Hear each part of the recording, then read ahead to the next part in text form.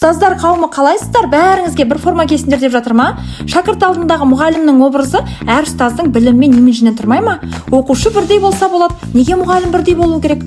Мына юбкамның жырығына мән бермеңіздер, сіздердікі жырықсыз әдемі ғой. Не ғой қыздар, мен секілді бір мұғалім керек емес пе? Сабаққа өстіп киініп келер едім, мектептеріңізге таңнан күліп кіріп, әдемі эмоция сыйлар едім. Ашуланбаймын, уәде, тек жымиып жүремін. Актовый залда өтетін шараның бәрін менің мойныма артсаңыздар болады. Бұршақ блузкамды киіп барамын да, баланың бәрін бір қатарға тұрғызып тәрбиелеймін, ұрыспаймын. Ата-ана да, гарано да разы болады. Ойбай, педсовет болайын деп жатыр. Не десем, не болса да шүйлікпейтін образ керек емес пе? Қалай, жарай ма? Оверсайз басшылыққа өлден ұнамайды, білем. Мынау бір жинақ образ шыққан секілді. Артық сөйлемей бәрін ұғып отырамын жиналыста. Таяқтың ұшы тиіп кетпесе болды. О, жақсы жаңалық. Наконец-то мектепте мереке. Осы костюм шалбарымды киіп барсам қалай? Құлағыма осы сырғамды тағып барсам, тағы да педсоветке шақырып әуре қылама? Жоға, енді осылай жүре берсем қалай? Әлде болмай ма?